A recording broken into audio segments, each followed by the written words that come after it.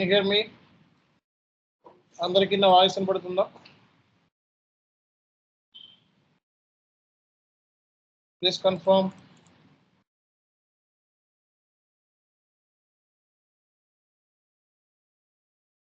అందరికి నా వాయిస్ వినపడుతుందండి? Yes, sir. Okay.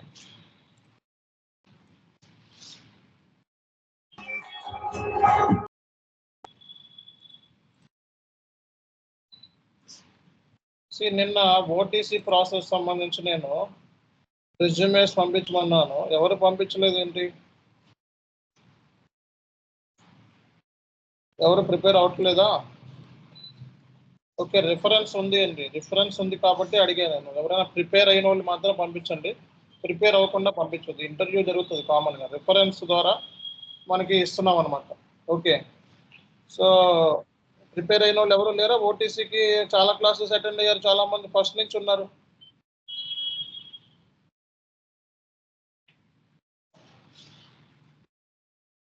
Okay, see guys, so ఈరోజు మనం ఇంటర్వ్యూ క్వశ్చన్స్ మళ్ళీ డిస్కస్ చేయబోతున్నాము. ఓకే, సో మీకు ఒక డాక్యుమెంట్ ఇచ్చాను నేను. ఓవరాల్గా డాక్యుమెంట్ ఇంటర్వ్యూ క్వశ్చన్స్, దాంతోపాటు ఎక్స్పీరియన్స్డ్ పీపుల్ ఎవరైతే ఉంటారో ఇవి కూడా చూసుకోవాలి. సో ఫ్రెషర్స్ ఎవరైతే ఉన్నారో వాళ్ళకి నిన్నటి క్లాస్ వరకు మనం ఏమైతే చెప్పామో that sufficient. So experienced people ఎవరైతే ఉన్నారో సో ఈ రోజు క్లాస్ నుంచి జరగబోయే క్లాసులు అన్నింటినీ కూడా చాలా ఇంపార్టెంట్. ఓకే, సో కాబట్టి మీరు ఎక్స్పీరియన్స్డ్ పీపుల్ ఎవరైతే ఉన్నారో సో ఇంటర్వ్యూకి వెళ్దాము అనుకుంటే కామన్గా అడిగే క్వశ్చన్స్ ఏంటి బేసిక్గా అనేది ఇప్పుడు నేను క్లాస్లో చెప్తాను. అండ్ ఈ సెషన్స్ అయిపోయిన తర్వాత మీకు మెటీరియల్ కూడా పంపిస్తాను.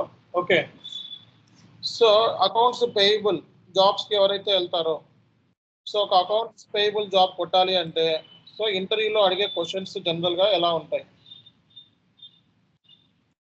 ఓకే, సో ఇక్కడ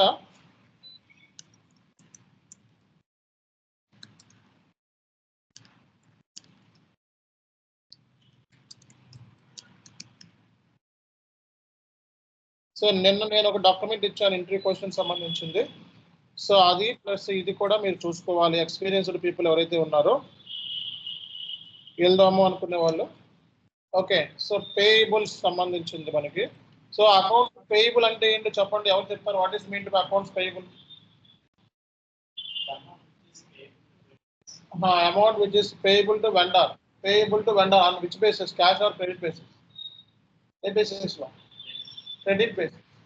so and with in 365 days లోపల మనం పేమెంట్ చేస్తాం కాబట్టి that is current asset or current liability? Current liability. Current liability. So ఈరోజు అకౌంట్స్ పేయబుల్లో మనకి ఇంటర్వ్యూ క్వశ్చన్స్ ఉన్నాయి. So describe the difference between company billing and non billable expenses. So billable non billable expense అంటే ఏంటి, ఎవరు చెప్తారు? So మీరు already కంపెనీలో పనిచేశారు కొంతమంది, ఇందులో ఎండ్ యూజర్స్ ఉన్నారు. So billable expenses non billable expenses అంటే ఏం చెప్తారు?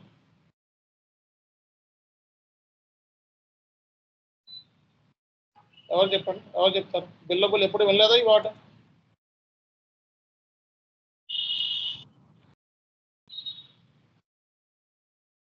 No, sir.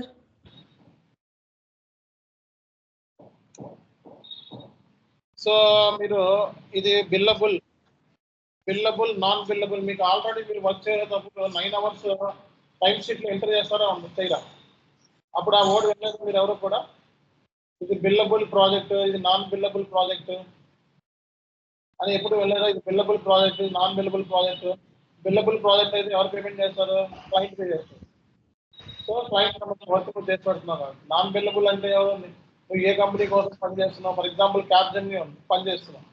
జిఈ ఉంది, జిఈ అని చెప్పి క్లయింట్ ఉంది క్యాప్జెమినీ. సో బిల్లబుల్ అంటే జిఈ పే చేస్తుంది. అంటే నువ్వేంటి 9 hours ఇదేంటి సౌండ్ వస్తుంది, ఆఫ్ చేయలేదా? ఓకే, సో మనకి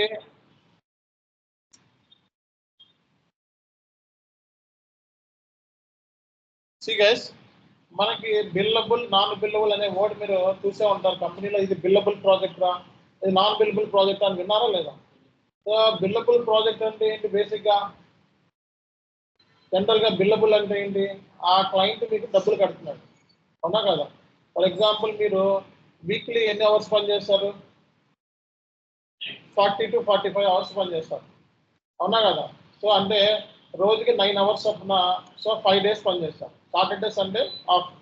so 9 into 5 45 hours, 45 hours billable. So మీరు 45 అవర్స్ అని చెప్పి మీరు మీరు టైం షీట్లో ఎంటర్ చేస్తే, మీ ప్రాజెక్ట్ మేనేజర్ అప్రూవ్ చేస్తే, అప్పుడు మీకు మీ అకౌంట్లో డబ్బులు పడుతున్నాయి నెల మొత్తానికి. వీక్లీ కాబట్టి 45 into 4 అంతే కదా.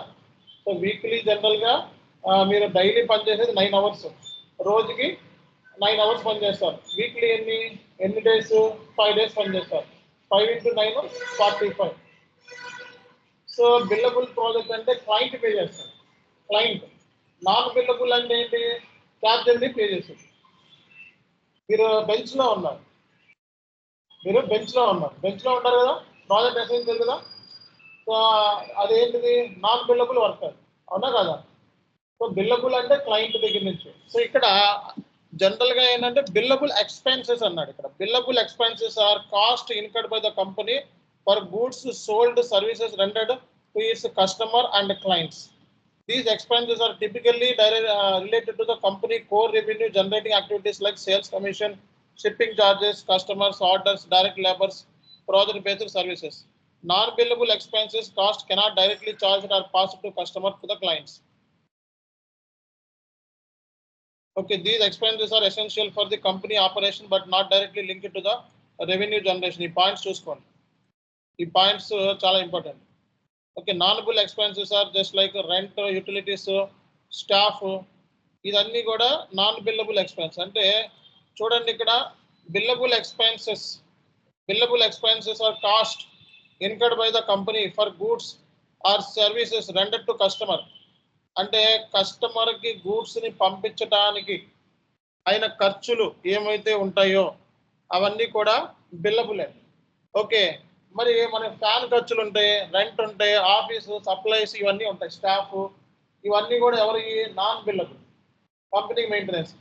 సో కాబట్టి ఇక్కడ బిల్లబుల్ ఎక్స్పెన్సెస్ అంటే company goods sold, services rendered by customers అన్నమాట. ఈ పాయింట్ గుర్తుపెట్టుకోవాలి.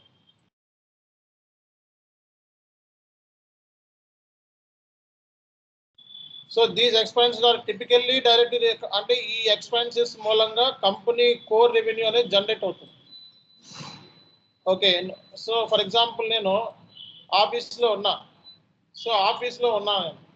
సో ఒక కంపెనీ కస్టమర్కి ప్రోడక్ట్స్ అమ్మటము, కొనటము ఇవన్నీ చేస్తున్నాం. సో అదంతా బిల్లబుల్. నా కోసం కంపెనీ వాళ్ళు ఫ్యాన్లు, ఏసీలు, రెంట్లు ఇవన్నీ కడుతున్నారు, అది దాంతో సంబంధం ఉందా, లేదు. అంటే దీని మూలంగా రెవెన్యూ జనరేట్ అనేది అవ్వట్లేదు.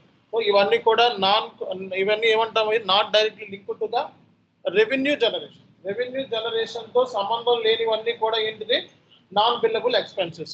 రెవెన్యూతో జనరేట్ అయ్యే, అంటే డబ్బులు వచ్చాయి, రెవెన్యూతో జనరేట్ అయ్యే ఎక్స్పెన్స్ అన్ని కూడా ఏముంటాయి మనకి, billable.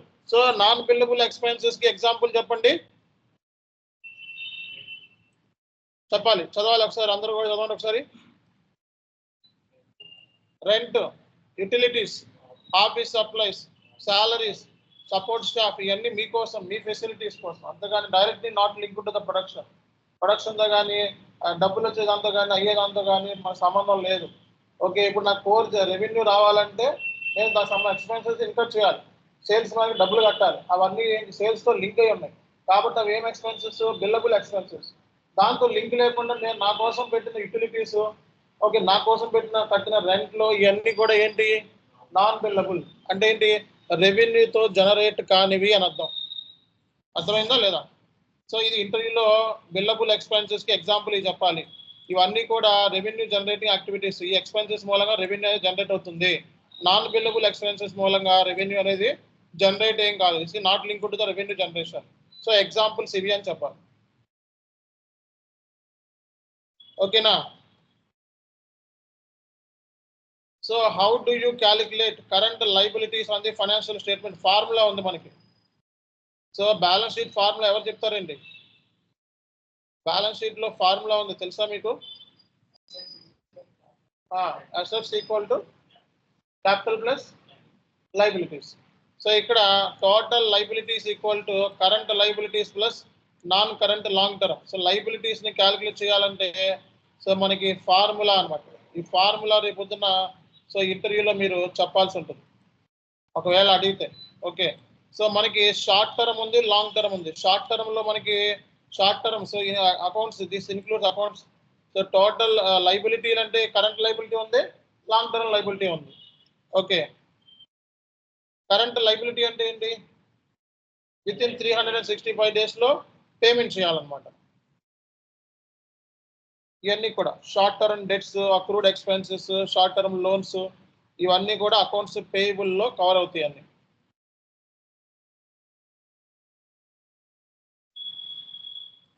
So non current long term అంటే long term loans, bonds, debentures, ఇవన్నీ కూడా లాంగ్ టర్మ్ అంటే మోర్ దాన్ 1 అకౌంటింగ్ పీరియడ్. ఇవన్నీ కూడా సో లాంగ్ టర్మ్. మనకి కరెంట్ లైబిలిటీ ఉంది, లాంగ్ టర్మ్ లైబిలిటీ ఉంది. కరెంట్ లైబిలిటీ అంటే విత్ ఇన్ 365 డేస్ లోపల డిశ్చార్జ్ చేయాలి పేమెంట్. సో లాంగ్ టర్మ్ అంటే ఏంటి?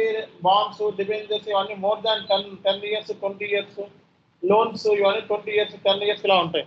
అవన్నీ కూడా వాటిని ఏమంటాము? నాన్ కరెంట్ అంటాం, అంటే లాంగ్ టర్మ్ అంటాం. ఓకేనా?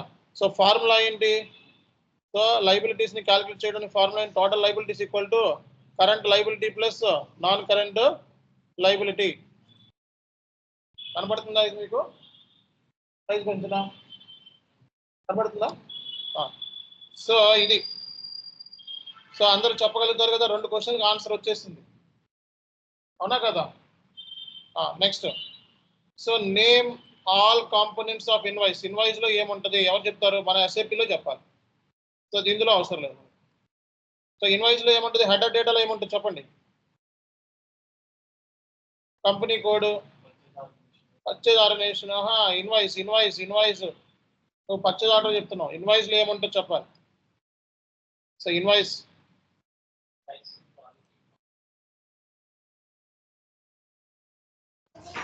purchasing group, purchasing organization, company code. ఇలా చెప్తున్నారు. ఇన్వాయిస్ Sir, మీరు టీ కోడ్లు చెప్పండి. టీ కోడ్లు ఏంటి? హెడర్ డేటాలో ఏముంటుంది? అలా చెప్పాలి. Header data, line item data. Header డేటాలో ఏముంటుంది? Document date, posting date, reference number, document header text, amount, currency, అవునా కాదా? కంపెనీ కోడ్, ఇవన్నీ కూడా. సో లైన్ ఐటమ్ లెవెల్లో ఏముంటుంది?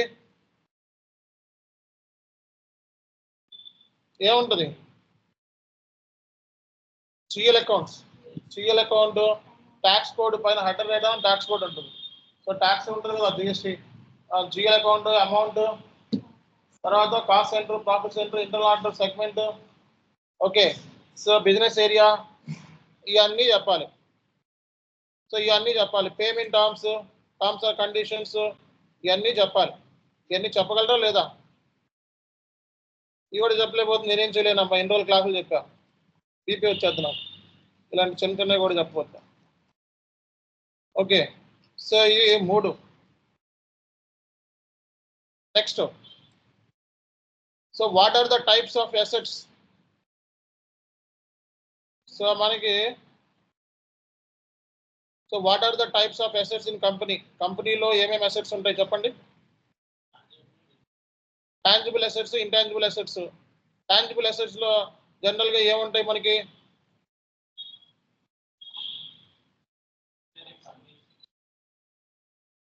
Plant and machinery. Building. Current assets, non current assets, fixed assets, intangible assets, investments, prepayments, cash and cash equivalents. Balance sheet బాబు, ఇవన్నీ వచ్చేయాలి ఇప్పుడు. ఓకే, చిన్న ఇవన్నీ చిన్నప్పుడు చదువుకున్నారు బ్యాలెన్స్ షీట్ బీకామ్లో. ఓకే, ఒకసారి చదవండి త్వరగా. మేడం మీరు చదవండి ఒకసారి ఇవన్నీ. ఫిక్స్డ్ అసెట్స్లో ఏమంటారో చదవండి, ఇన్వెస్ట్మెంట్లో ఏమంటారో చదవండి. Long-term tangible assets used in the company's operations such as building, machinery, vehicles and equipment. Okay. Intangible assets, non-physical assets that provide value to the company such as patents, trademarks, copyrights, and goodwill. Investments made by the company in other entities such as stocks, bonds, and long-term equity interests. Prepaid expenses paid in advance that will be consumed or used in future periods, further periods. Prepaid expense అంటే ఏంటి? Paid in advance, sir. Advance, down payments. Down payment payment. Already చెప్పుకున్నాం కదా. Yes, sir. So cash and cash equivalents, cash in hand, short term, highly liquidity investments ఇవన్నీ కూడా ఇందులో వస్తాయి అన్నమాట. So మనకి ఇన్వెస్ట్మెంట్స్ అంటే ఏమొస్తాయి? Stocks, bonds, long term equity interest, ఇవన్నీ కూడా. ఇంటాంజిబుల్ అంటే trade marks, copy rights, good will, ఇవన్నీ కూడా ఇంటాంజిబుల్ అసెట్స్. ఓకేనా? సో ఇవన్నీ బేసిక్ బ్యాలెన్స్ షీట్ గురించి ఇప్పుడు దాకా మనం. Okay, so how do you, ఇక్కడ నుంచి మన అకౌంట్స్ పేబుల్ స్టార్ట్ అయింది. How do you ensure accuracy in processing invoice and payments? So మనం యాక్యురేట్గా ఇన్వాయిస్, పేమెంట్ ప్రాసెస్ ఏంటి అంటే, అసలు ఇన్వాయిస్ ప్రాసెస్ ఏంటి చేయాలంటే, పేమెంట్ ప్రాసెస్ ఏంటి, ప్రాసెస్ అడుగుతాడు కంపెనీలో, గుర్తుపెట్టుకోండి. సో నేను రియల్ టైంలో మీరు పని చేశానని చెప్పి ప్రూవ్ చేసుకోవాలి. రియల్ టైం అదే మరి తేడా. సో ప్రూవ్ చేసుకోవాలి. సో రియల్ టైంలో మీ కంపెనీ ప్రాసెస్ ఏంటో చెప్పాలి. అంతేగాని స్టాండర్డ్ టీ కోడ్లు చెప్తే సరిపోదు. మనం నేనేం చెప్పాను, నేను వర్క్ఫ్లో గురించి చెప్పాను లేదా? So approval process, approval matrix, ఒక ఇన్వాయిస్ ఉంది, దాని దగ్గర ఏముంటుంది? వర్క్ఫ్లో ఉంటుంది. ఒక పేమెంట్ ఉంది, దాని దగ్గర ఏముంటుంది? వర్క్ఫ్లో ఉంటుంది. సో ఇన్వాయిస్ అప్రూవ్ చేయాలంటే ఏం కావాలి? సో దానికి సంబంధించిన మేనేజర్కి, సీనియర్ మేనేజర్కి లిమిట్లు ఉంటాయి. ఓకే, ఆ లిమిట్ అండర్లో అయితే వాళ్ళు అప్రూవ్ చేస్తారని చెప్తారు. సో కాబట్టి ప్రతిదానికి కూడా వర్క్ ఫ్లో ఉంటుంది. సో కాబట్టి మీరు వర్క్ ఫ్లో ప్రాసెస్ని ఎస్ఐపిలో ఆల్రెడీ ఆటోమేటిక్ అని చెప్పాలి. ఓకేనా? అప్రూవల్ ప్రాసెస్ ఉంటుంది ప్రతిదానికి కూడా. So and duplicate invoices. So ముందు మనం ఒక ఇన్వాయిస్ ప్రాసెస్ అయితే చెక్ చేయాల్సింది ఏంటి? ఇది డూప్లికేట్ ఇన్వాయిసా, ఇది డూప్లికేట్ పేమెంటా అనేది ఫస్ట్ చెక్ చేసుకోవాలి. సో దానికి సంబంధించి మన డూప్లికేట్ ఇన్వాయిస్ చెకప్ ఏముంది మనకి ఎస్ఐపిలో? వెండార్ మాస్టర్లో ఒక ఆప్షన్ ఉంది, డూప్లికేట్ చెక్ అని చెప్పి. ఓకే, సో అది ఇంప్లిమెంట్ చేయాలి. దాని మూలంగా మనం ఏంటి, యాక్యురేట్గా మనం డాక్యుమెంట్ అనేది పోస్టింగ్ జరుగుతుంది. సో డాక్యుమెంట్ ఇన్వాయిస్ పోస్ట్ అయితే యాక్యురేట్గా పేమెంట్ కూడా మనకు జరుగుతుంది. సో పేమెంట్ చేసేటప్పుడు కూడా మనకి ఏముంటుందని చెప్పాను? వర్క్లో ఉంటుంది. సో ఇన్వాయిస్ పోస్ట్ చేసేటప్పుడు ఏముంటుందని చెప్పాను? వర్క్లో ఉంటుంది. వర్క్లో అంటే ఏంటి? అప్రూవల్ మ్యాట్రిక్స్, ఎవరెవరికి ఎంత ఆథరైజేషన్ ఉంది ఆ ప్రాసెస్ చెప్పాలి మీరు ఇంటర్వ్యూలో. దాన్నే మనం రియల్ టైం అంటాం. సో అంతేగాని just like FB60 entry post SIP అయిపోయింది అనుకోవడం కాదు. రియల్ టైం ప్రాసెస్ ఉంటుంది పద్దానికి కూడా, బిజినెస్ ప్రాసెస్. సో చెప్పగలుగుతారు కదా ఇది అప్రూవల్ ప్రాసెస్. రోజు చెప్తున్నాం మనం. 3-way మ్యాచింగ్ ఎవరు చెప్తారు? 3-way matching. So 3-way matching అంటే ఏంటి చెప్పండి? Invoice is verified against the PO on the goods receipt. So ఏమేమి మ్యాచ్ అవ్వాలి 3-way మ్యాచింగ్లో?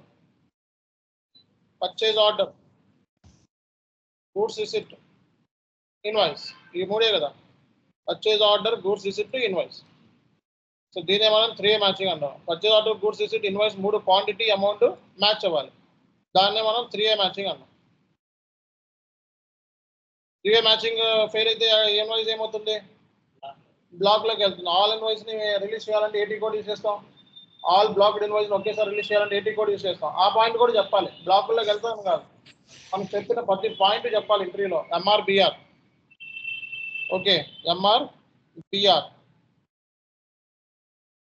సో డిస్క్రిపెన్సీస్, పర్చేజ్ ఆర్డర్లో డిస్క్రిపెన్సీస్, ఇన్వాయిస్లో, గూడ్స్ రిసిప్ట్ దగ్గర డిస్క్రిపెన్సీస్ ఏమొస్తాయి చెప్పండి, ఎవరు చెప్తారు? రేపు వద్దున ఎక్స్పీరియన్స్ పెట్టుకుని వెళ్తే సరిపోదు. సో ఈ క్వశ్చన్కి ఆన్సర్ చేయాలి మీరు. ఈ క్వశ్చన్కి ఆన్సర్ చేస్తేనే మీరు ఇంటర్వ్యూలో సెలెక్షన్ అవుతారు, లేకపోతే లేదు. ఓకే, సో ఇంటర్వ్యూలో సెలెక్షన్ అవ్వాలి అంటే సో ఈ క్వశ్చన్లు అన్నిటికీ ఆన్సర్ చేయాలి. సో ఊరికే ఉండదు మనకి, ఊరికే జాబులు రావు. సో గట్టిగా కొంచెం ప్రిపేర్ అవ్వండి. సో మనకి ఇది అయిపోయింది, నెక్స్ట్ ఇది కూడా అయిపోయింది. డిస్క్రిపెన్సీస్ ఏంటి? డిస్క్రిపెన్సీస్ వచ్చినప్పుడు రూట్ కాస్ అనాలిసిస్ పాయింట్ వచ్చారు. రూట్ కాస్ ఎందుకు డిస్క్రిపెన్సీ వచ్చిందో దానికి ఏం చేయాలి మనం? రూట్ కాస్ట్ని ఐడెంటిఫై అంటే రూట్ కాస్ట్ అంటే ఏంటి, మొదల నుంచి లాగాలి, తీగ లాగితే డొంక. మనకి నిన్న చెప్పాను డిస్క్రిపెన్సీస్ ఎక్కడ రావచ్చు, ఇన్వాయిస్లో డిస్క్రిపెన్సీ ఎక్కడ రావచ్చు, price, payment, so document dates, transaction dates, cat discounts, okay, ఇలాంటివన్నీ కూడా. సో వెండర్కి మనకి పడిన ఏ కేసులో ఎక్కడ మనకి పేమెంట్ టర్మ్స్ దగ్గర మ్యాక్సిమం, ఓకే. సో డూప్లికేట్ ఇన్వాయిస్ల దగ్గర, డిస్క్రిపెన్సీ డూప్లికేట్ ఇన్వాయిస్ దగ్గర కూడా రావచ్చు. వెండర్ మాస్టర్లో బ్యాంక్ డీటెయిల్స్ ఇవన్నీ లేకపోతే కూడా డిస్క్రిపెన్సీయే కదా. సో పేమెంట్ టర్మ్స్తో పాటు బ్యాంక్, ఏ బ్యాంకు, బ్యాంక్ వెండర్కి సంబంధించిన ఇన్ఫర్మేషన్ కూడా మనం పేమెంట్ చేసేటప్పుడు ఇవ్వాలి కదా. పేమెంట్ చేసేటప్పుడు, గూడ్స్ రిసీవ్ చేసేటప్పుడు ఏం డిస్క్రిపెన్సీ వస్తాయి, quantity variation, price variation, price difference account గురించి కూడా చెప్పుకున్నాం మనం. ఇవన్నీ కూడా చెప్పాలి ఇంటర్వ్యూలో. ఇక్కడ కొన్ని ఇచ్చాడు చూడండి. ఇక్కడ నిన్న ఇచ్చిన దాంట్లో సో మనకి ఇవే కాదు, ఇంకా మనకి టెక్నికల్ ఎర్రర్స్ కూడా వస్తాయి కదా. సో మనకి పోస్ట్ చేసేటప్పుడు టెక్నికల్ ఛాలెంజెస్, ఇవి డిస్క్రిపెన్సీస్ అంటే వెండర్కి మనకి ఉన్న డిస్క్రిపెన్సీస్. ప్రాపర్ ఇన్ఫర్మేషన్ లేనప్పుడు, ఇన్పుట్స్ లేనప్పుడు, లేకపోతే ఇన్యాక్యురేట్గా డాక్యుమెంట్స్ ఉన్నప్పుడు, ఓకే. సో ఒరిజినల్ డాక్యుమెంట్ని తీసుకొస్తామని నేను క్లాస్లో చెప్పినాను. సో మనం ప్రతిదీ కూడా దేంతో చెక్ చేస్తాం, ఎస్ఐపిలో ఎంటర్ చేసేటప్పుడు బుక్స్, సో ఒరిజినల్ డాక్యుమెంట్తో చెక్ చేస్తాం. సో వెండర్ రిలేషన్షిప్, వెండర్తోనే మనం ఎక్కువ డిస్క్రిపెన్సీ వచ్చాయి. ఎవరితోనండి, వెండర్తోనే ఎక్కువ వస్తుంది. వెండర్ సంబంధించిన ఇన్ఫర్మేషన్ ప్రాపర్గా లేకపోయింది. సో అలాంటప్పుడు ఏం చేయాలి, డైరెక్ట్గా మనం కాల్ చేసి మాట్లాడాలి, లేకపోతే వయా స్కైప్ చాట్ ద్వారా చేసి ఆ డిస్క్రిపెన్సీ మనం ఐడెంటిఫై చేసి రూట్ కాజ్ ఫైండ్ అవుట్ చేసి ఇష్యూ రిసాల్వ్ చేయాలి. మ్యాక్సిమం ఏంటి, సో మనం ఏ బేస్ మీద పర్చేజ్ ఆర్డర్ క్రియేట్ చేస్తాం, based upon the contract agreement, schedule agreement, based upon the contract schedule agreement, అంతే కదా. సో దాన్ని బేస్ చేసుకొని పర్చేజ్ ఆర్డర్ ప్రిపేర్ చేస్తాం. సో పర్చేజ్ ఆర్డర్ ప్రిపేర్ చేసేది కాంట్రాక్ట్ బేస్ మీద, కాంట్రాక్ట్లో ఏం రాసుకున్నాం దాని బేస్ మీద. ఒక ఇన్వాయిస్ ఉండేది దేని బేస్ మీద, పర్చేజ్ ఆర్డర్ ప్రకారం ఇన్వాయిస్, పర్చేజ్ ఆర్డర్ తర్వాత గూడ్స్ రిసిప్ట్, ఈ బేస్ మీద ఇన్వాయిస్ వస్తుంది. కాబట్టి ఇన్వాయిస్ అంటేనే purchase order, goods receipt, contract, ఈ సంబంధించిన రెస్పెక్టివ్ ఒరిజినల్ డాక్యుమెంట్స్ ఉండాలి. అవన్నీ చెక్ చేసుకొని మనం చేస్తాం ఇందులో.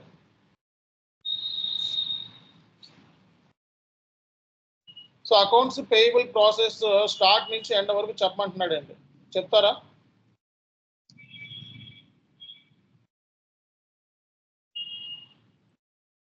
సో అకౌంట్స్ పేమెంట్ ఎప్పుడు చేస్తాం, ఇలాగే అడుగుతారు ఇంటర్వ్యూలో.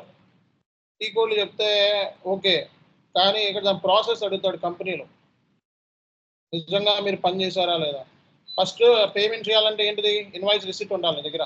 ఏముండాలి, ఇన్వాయిస్ రిసిప్ట్ ఉండాలి. సో తర్వాత ఏముండాలి, నువ్వు ఇన్వాయిస్ వెరిఫికేషన్ చేయాలి. దేంతో, పిఓతో, గూడ్స్ రిసిప్ట్తో ఇన్వాయిస్ వెరిఫికేషన్ చేసుకుంటావు. Invoice verification is nothing but 3-way matching, okay. తర్వాత ఏముండాలి, పేమెంట్ చేయాలంటే అప్రూవల్ ఉండాలి. ఈ ప్రాసెస్ అన్ని చెప్పాలి మీరు, ఇవన్నీ తెలుసు మీకు, ఓకే. కాకపోతే ఏంటంటే ఎలా చెప్పాలో తెలియదు, అందుకే మీకు ఈ డాక్యుమెంట్ ఇస్తున్నాం, అర్థమైందా. సో అట్లీస్ట్ ఈ డాక్యుమెంట్లో ఉన్న వర్డ్స్ ఇక్కడ ఇంత మ్యాటర్ రాశాడు, అందులో నుంచి కనీసం ఒక 30 seconds 1 minute అయినా మాట్లాడండి. So first we got invoice receipt, after that we conduct 3-way matching, okay. Once 3-way matching has been failed, it will go to the block list. All block list should be released through MRBRT code. So before approving invoice, before going to payment, we need to make approval from the respective persons. We have approval matrix, that is called as workflow. అలా process చెప్పుకుంటా వెళ్ళాలి నువ్వు, అలా process చెప్పండి చాలు. So data entry, so అంటే ఏంటి, first నీ దగ్గర ఒరిజినల్ డాక్యుమెంట్ ఉండాలి. Original document, original invoice, okay, అంటే ఇవి ఉండాలి. సో ఆ తర్వాత ఇన్వాయిస్ వెరిఫికేషన్ కండక్ట్ చేయి, తర్వాత అప్రూవల్ అండ్ ఎస్ఐపి సిస్టంలో ప్రాపర్గా ఎంటర్ చేసావా లేదా ఈ డీటెయిల్స్ అన్ని చెక్ చేయి, ఓకే. తర్వాత పేమెంట్ షెడ్యూల్, పేమెంట్ ఎప్పుడు చెప్తాం మనం, పేమెంట్ సైకిల్లోనే పేమెంట్ చేస్తాం. సో మనకి పేమెంట్ చేసేటప్పుడు ఏమేమి కన్సిడర్ చేస్తాము, మన దగ్గర అవైలబిలిటీ ఫండ్స్ ఉన్నాయా లేదా, ఫండ్స్ ఉంటేనే కదా పేమెంట్ చేసేది, అవునా కదా. సో ఫండ్స్ లేకపోతే పేమెంట్ చేస్తావా, చెయ్యలేవు, ఫండ్స్ ఉండాలి నీ దగ్గర. తర్వాత payment processing, so payment processing చేసేటప్పుడు schedule date, so vendor bank details, cheques, electronic payment methods, tell me payment methods అంటే ఏమేమి ఉన్నాయి? Cheque, wire, bank transfer, RTGS, ఇవన్నీ కూడా పేమెంట్ మెథడ్స్. సో తర్వాత సో ఇక్కడ ఏమన్నాడు? పేయబుల్ ప్రాసెస్ అన్నాడు, అంటే రికన్సిలేషన్ అన్నాడు. రికన్సిలేషన్ లేదు మనకి, పేమెంట్ వరకే కదా. రికన్సిలేషన్ ఓకే, రికన్సిలేషన్ దేనికి? ఒకవేళ ఆల్రెడీ డూప్లికేట్ ఇన్వాయిస్ ఏమన్నా పేమెంట్ చేసామేమో అని చెప్పి చెకింగ్ కోసం. తర్వాత vendor relationship management. So vendor relationship management అనేది చాలా ఇంపార్టెంట్. వెండర్తో మనం సో డిస్కస్ చేస్తాం ప్రతిదీ ఇష్యూస్, వాటికి సంబంధించిన బ్యాంక్ డీటెయిల్స్, వాటికి సంబంధించిన కంప్లీట్ ఇన్ఫర్మేషన్ అంతా కూడా మన దగ్గర ఉంటే మనం అడిగి పేమెంట్ అనేది చాలా సింప్లిఫై అవుతుంది. చూడండి ఈ ప్రాసెస్ చెప్పండి. ఈ ట్రీట్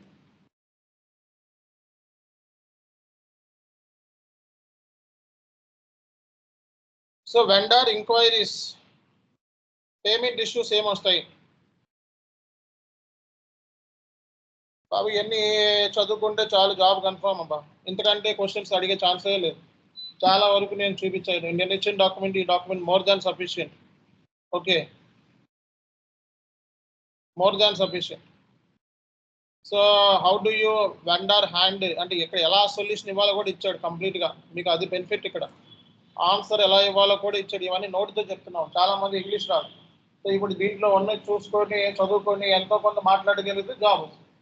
ఓకే, సో చాలా మంది మహానుభావులు ఓటీసీ ప్రాసెస్ కంప్లీట్ అయ్యి సో 3 నెలలు అయిపోయింది, 2 నెలల నుంచి 3 నెలలు అయింది. ఇప్పుడు నేను నాకు రెజ్యూమేస్ కావాలి పంపించండి అంటే ఒకరు పంపించలే. ఇంకా నేనేం చెప్తాను బాస్? ఎట్లా ఈ 20 రోజుల జాబ్ కోసం 30 రోజులు కూడా ప్రిపేర్ అవ్వలేదంటే నేనేం చేయాలి? ఇంకా మీకు అంత అవసరం లేనప్పుడు. రిఫరెన్స్ ఉంది ఇవ్వండి అని చెప్తున్నా, ఇప్పటి వరకు ఎవరు కూడా రెస్పాండ్ కాలేదు. మీకు జాబ్ అవసరం లేదంటే నాకేం పని?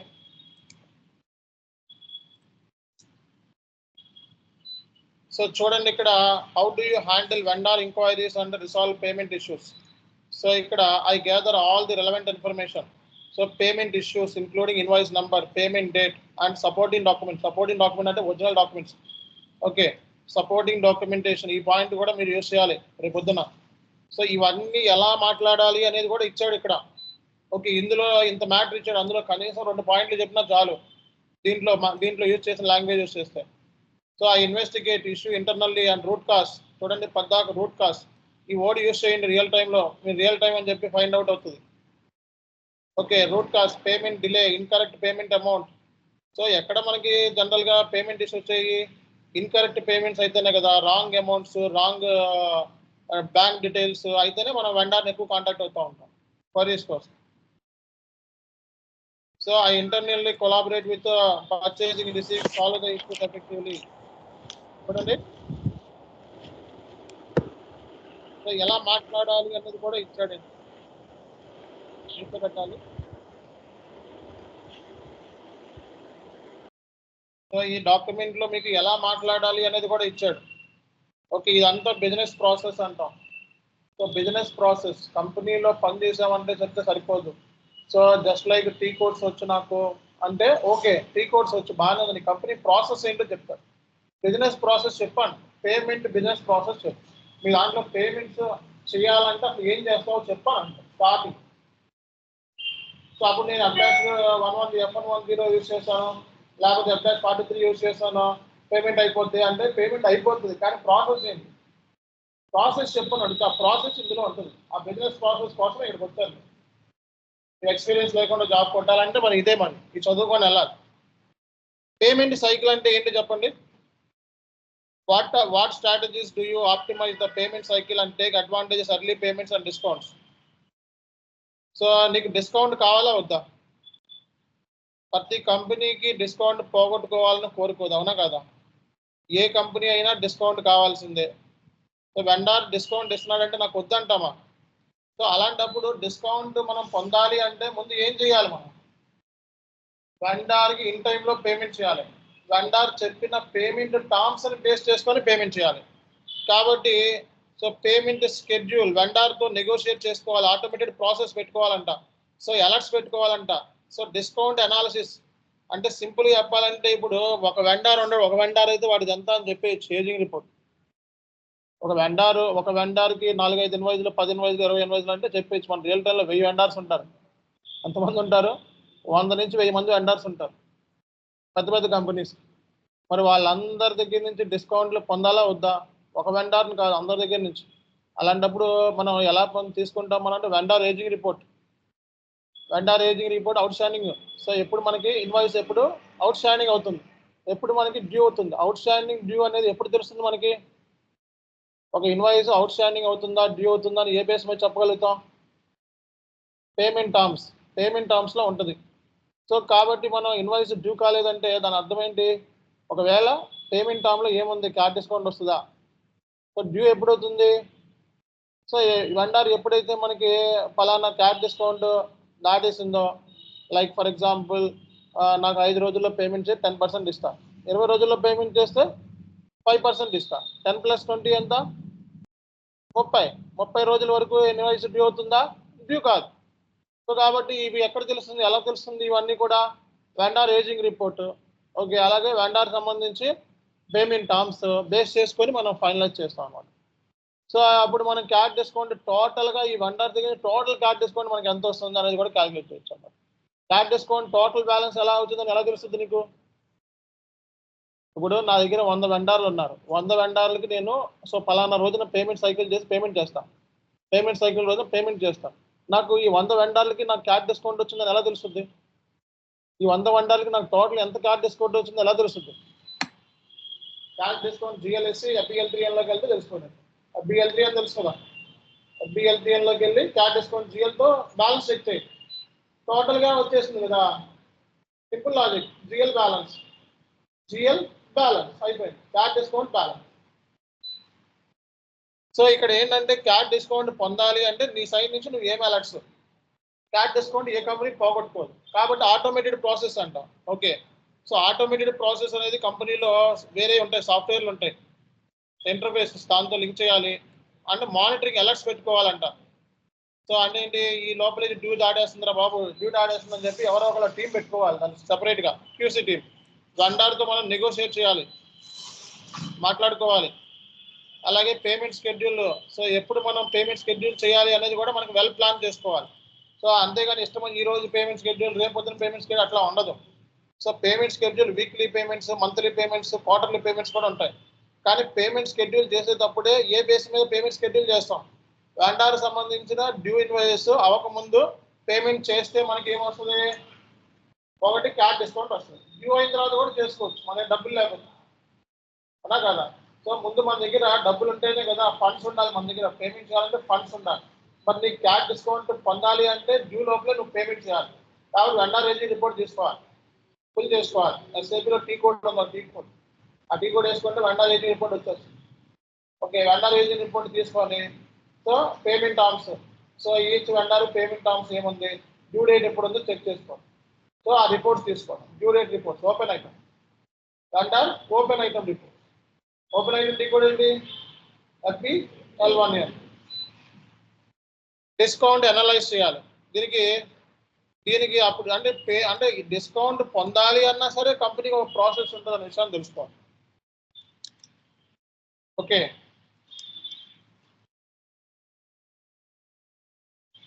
సో మనకి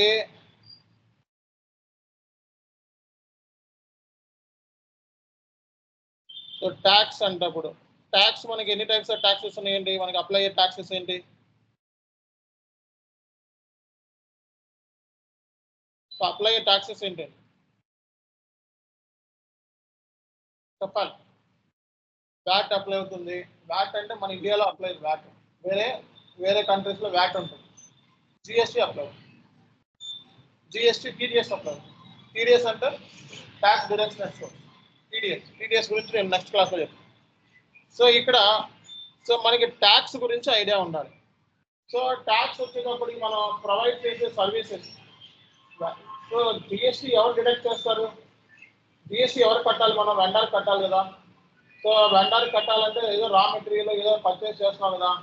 సో ఆ పర్చేస్ చేసే ఐటమ్కి GST ఎంత పడుతుంది అనే నాలెడ్జ్ నీకు ఉండాలి, అంతేనా? సో పర్చేస్ చేసినప్పుడు పడే ట్యాక్స్ ఇన్పుట్ అవుట్పుట్టా? ఇన్పుట్ ట్యాక్స్ దేని మీద పడుతుంది? పర్చేస్ మీద.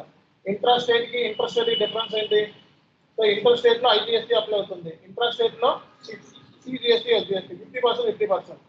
ఇన్పుట్ CGST అనేది current asset current liability current asset output SGST current output CGST SGST current liability current assets current liability okay VAT payable current asset current liability payable is always liability GST payable current asset current liability na liability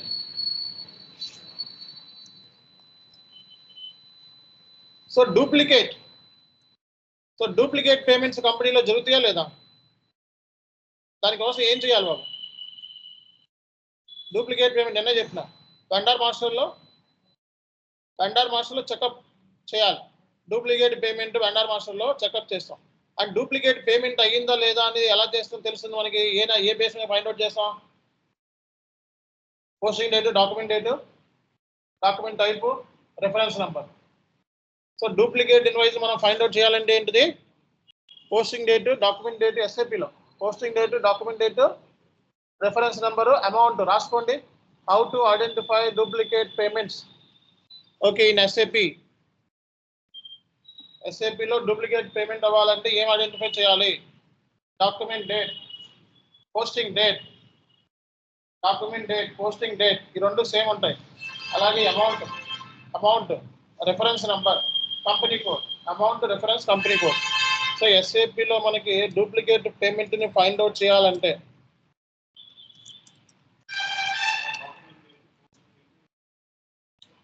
company code so document date so invoice date posting date document date is nothing but invoice date and posting date okay alage reference number tarvata amount company code ee base meeda manam so find out chestam and make sure that in vendor master the duplicate checkup option is available or not.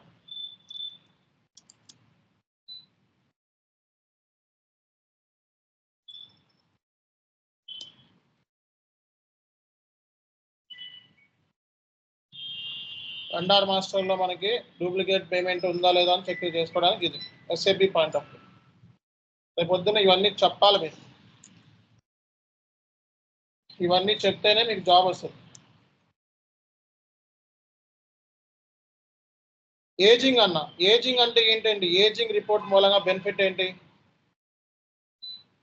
So very very important అది ageing report మూలంగా benefit ఏంటి so ageing report మూలంగా మనకి benefit ఏంటి అంటే invoice out standing ఎప్పుడు అవుతుంది అనే రిపోర్ట్ మనం ఫిల్ చేసుకోవచ్చు టీ కోడ్ వేసి వచ్చేస్తుంది ఓకే S_EALR అని ఒక రిపోర్ట్ ఉంటుంది ఆ రిపోర్ట్ని ఫైండ్ అవుట్ చేసి వచ్చేస్తుంది SAPలో సో మనకి ఏజింగ్ రిపోర్ట్లో ఏంటంటే 30 డేస్లో 60 డేస్లో 90 డేస్లో మనకి ఇలా క్లాసిఫై చేసుకుంటాం ఇందులో డ్యూ అయ్యే ఇన్వాయిస్లు ఏంటి రానున్న రోజుల్లో 30 రోజుల్లో 60 రోజుల్లో ఓకే 90 రోజుల్లో మనకి ట్రాక్ చేసుకుంటాం ఈ రిపోర్ట్లు ఫైండ్ అవుట్ చేస్తాం 30 రోజుల్లో డ్యూ ఏమవుతుంది 60 రోజుల్లో డ్యూ ఏమవుతుంది 90 రోజుల్లో డ్యూ ఏమవుతుంది okay identify delays analysing the ageing report helping company find out invoice over due ఎప్పుడు అవుతుంది సో అంటే ఏంటి ఇక్కడ సింపుల్ పాయింట్ చెప్పారు చూడండి సో ఐడెంటిఫై డిలేస్ ఈ పాయింట్ చాలా ఇంపార్టెంట్ చూడండి ఇక్కడ identify delays analysing ageing report helping company find out invoice that are overdue nearing due dates అంటే ఏ ఇన్వాయిస్లు మనకి ఓవర్ డ్యూ అయిపోతున్నాయి ఏ ఇన్వాయిసెస్ మనకి సో నియర్ డేట్లో డ్యూ అవుతుంది అనేది ఫైండ్ అవుట్ చేయడం అనమాట సో ఇది మనకి ఎలా తెలుస్తుంది based upon the payment terms okay this helps to ensure timely payment దాని మూలంగా మనం ఏం చేయొచ్చు సో టైమ్లీ పేమెంట్స్ అనేది చేసుకోవచ్చు టైమ్లీ పేమెంట్ చేయడం మూలంగా మనకి బెనిఫిట్ ఏంటి తొందరగా మనకి క్యాష్ డిస్కౌంట్స్ వచ్చే ఛాన్సెస్ ఉంటాయి సో ఇది సో మనకి ఏ ఇన్వాయిస్లకి క్యాష్ డిస్కౌంట్ వస్తుంది అనే నాలెడ్జ్ కూడా మనకు ఉండాలి అర్థమైందా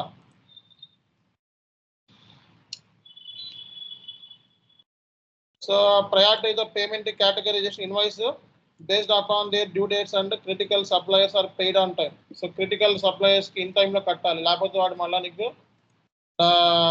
సర్వీస్ ప్రొవైడ్ చేయడు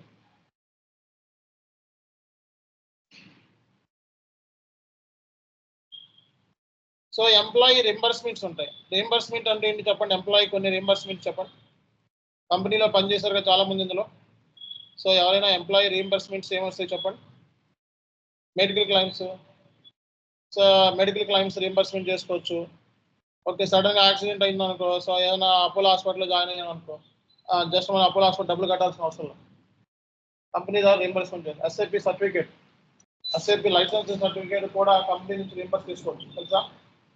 కొన్ని కంపెనీస్, పెద్ద కంపెనీస్ ఎస్ఐపి సర్టిఫికేషన్ చేసిన ఎస్ఐపి సర్టిఫికేట్ అయ్యే ఖర్చును కూడా భరిస్తారు. రీఎంబర్స్మెంట్ చేసుకోవచ్చు. మీకు 50,000 ఎస్ఐపి సర్టిఫికేట్ ఎక్స్పీరియన్స్ అయితే అసోసియేట్ లెవెల్లో. ఓకే, అదే ఫ్రెషర్ సర్టిఫికేట్ అయితే 2.5 నుంచి 3.5 లక్షలు అవుతుంది.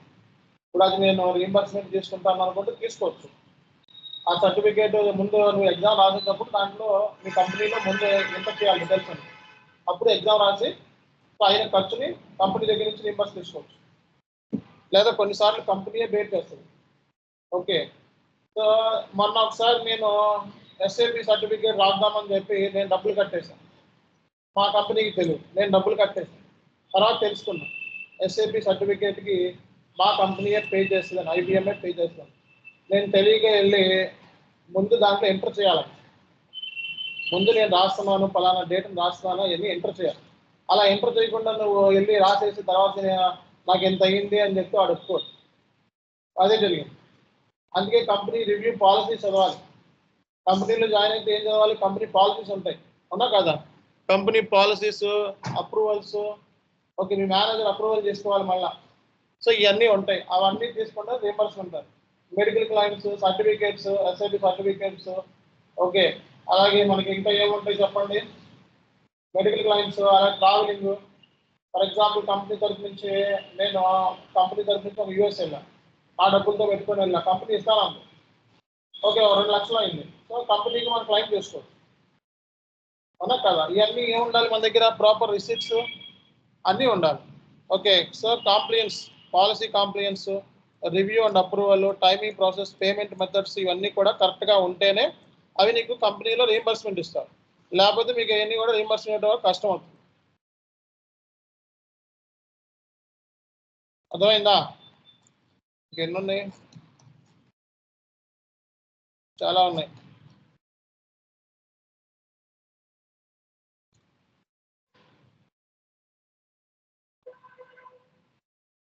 సో అకౌంట్స్ పేయబుల్ ఇంటర్వ్యూకి జాబ్కి వెళ్ళాలంటే ఏం చేయాలి?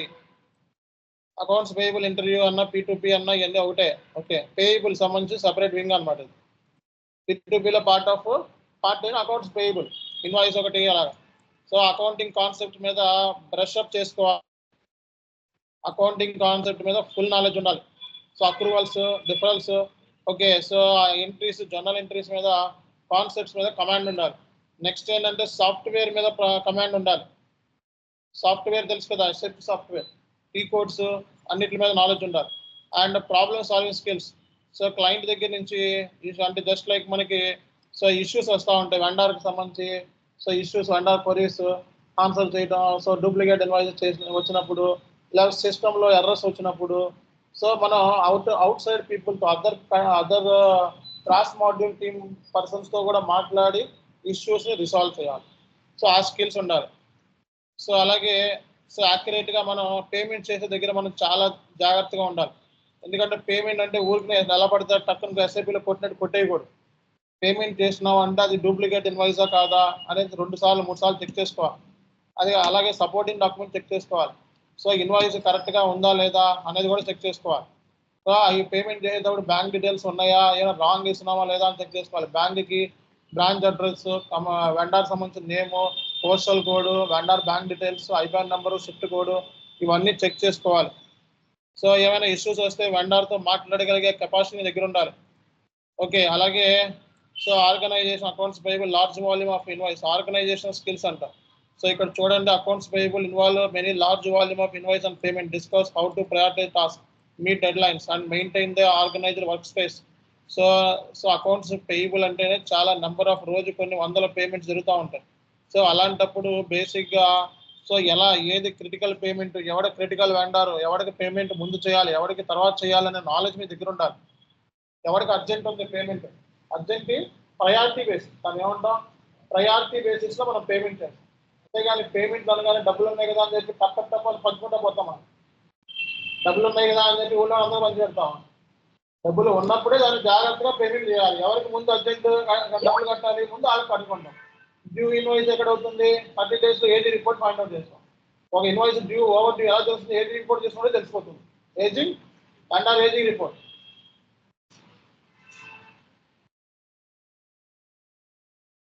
ఓకే, ఎంత అయింది టైం? ఇంకా 2-3 చూద్దాము.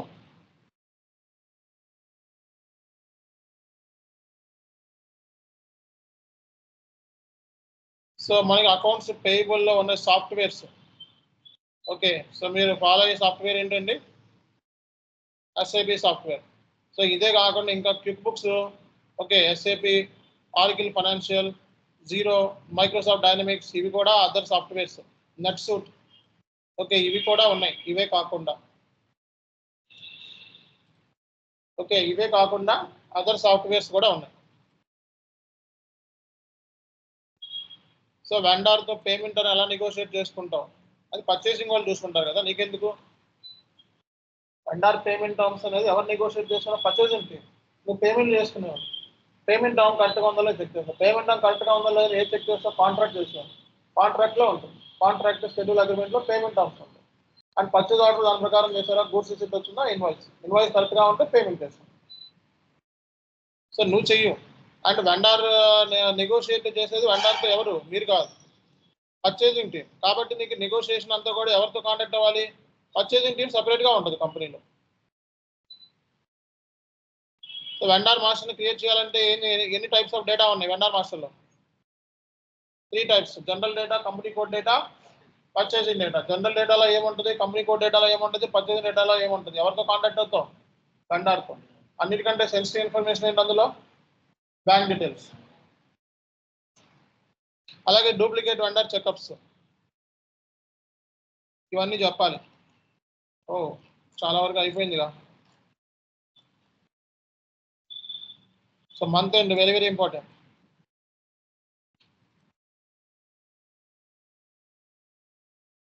సో చాలా ఇంపార్టెంట్. సో ఈ డాక్యుమెంట్ చదివితే చాలు, అన్ని ఏ క్వశ్చన్ కానీ ఆన్సర్ చేస్తారు. మొత్తం థియరీ చక్కగా చదువుకొని ఆన్సర్ చేయొచ్చు హ్యాపీగా. ఓకే, ఇంతకు మించి దొరకదు మీకు. ఇది ఒకటి చూడాలి. ఫ్రాడ్లెంట్ యాక్టివిటీస్ ఉంటే ఏం చేస్తారని అన్నాడు. అలాగే సాఫ్ట్వేర్ టూల్స్, ఎంటర్ప్రైజ్ ఏ సాఫ్ట్వేర్ టూల్స్ యూజ్ చేస్తా అన్నాడు. PO non PO invoice, accounts payable, HR entry questions. HR question తర్వాత చూద్దాం. Why do you pursue accounting career? So how do you work when there is a deadline to make payment. ఇంకో class తీసుకుందాం లేండి. Okay, ఇంకో class దీని మీద తీసుకొని చేద్దాము. సో ఇవి ఇక్కడ దాకా ప్రస్తుతానికి అయితే నేను చెప్పాను. ఓకే, ఇంకో క్లాస్ తీసుకుందాం. ఇంకో క్లాస్ తీసుకుంటే మీకు ఫుల్ క్లారిటీ వస్తుంది. సో ఈ నిన్నటి ఇచ్చిన వీడియో, నిన్నటి ఇచ్చిన మెటీరియల్, ఈరోజు ఇచ్చిన మెటీరియల్ ఎవరికి షేర్ చేయకుండా మీరే చూసుకోండి. ఓకే, సో ఇవి చదువుకుంటే చాలు, మీకు జాబ్ కన్ఫామ్గా వచ్చింది.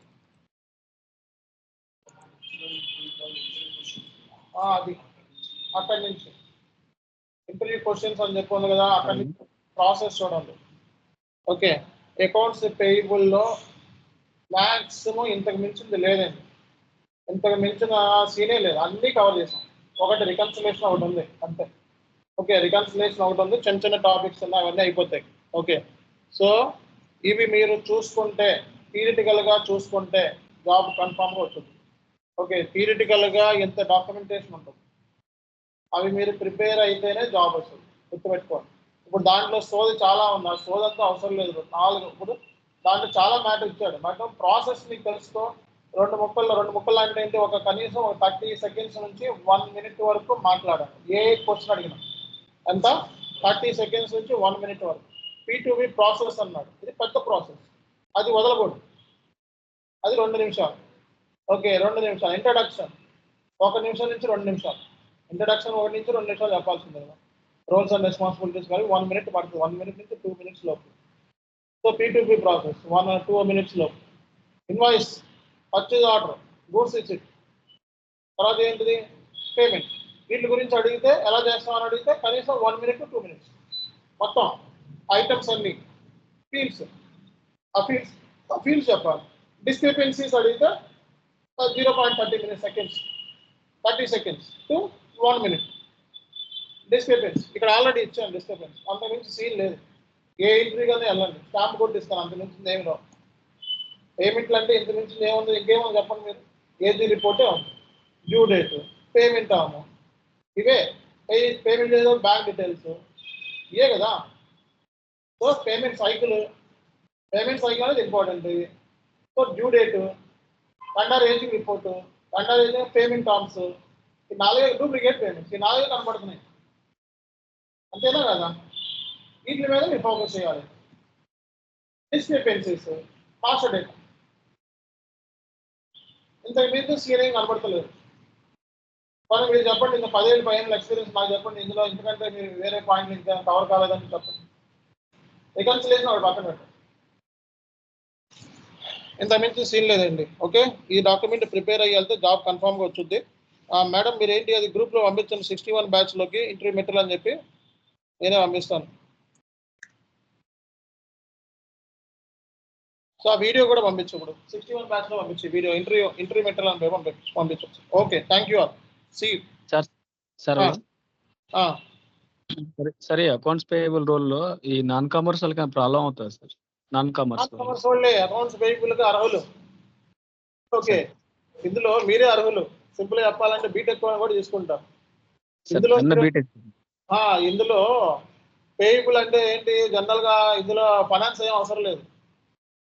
కరెక్ట్ గా యాక్యురేట్ గా డేటా ఎంటర్ చేసి పోస్ట్ చేసే వాళ్ళు కావాలండి.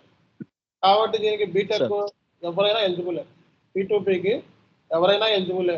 దీంతో అకౌంట్స్ సంబంధం లేదు. ఇన్వాయిస్ ప్రాసెసింగ్ అంటే అకౌంట్స్, ఇన్వాయిస్ అంటే మరి తెలివితేటలు ఉండాలి. So document date, posting date, payment term, payment method, cost centre, profit centre, GL అంటే ఇవన్నీ కూడా అకౌంట్స్. పేమెంట్ ఎంట్రీ చేసుకోవచ్చు. చాలా పేమెంట్ పడినప్పుడు ఎంట్రీ ఏం పడుతుంది చాలు. సో ఇప్పుడు ఏమైతే చెప్పుకున్నా ఆ పాయింట్స్ అని చెప్తాను. చాలు, అకౌంట్స్ పేయబుల్ జాబ్కి ఎవరైనా ఎలిజిబుల్. ఓకేనా, రైట్, థ్యాంక్ యూ.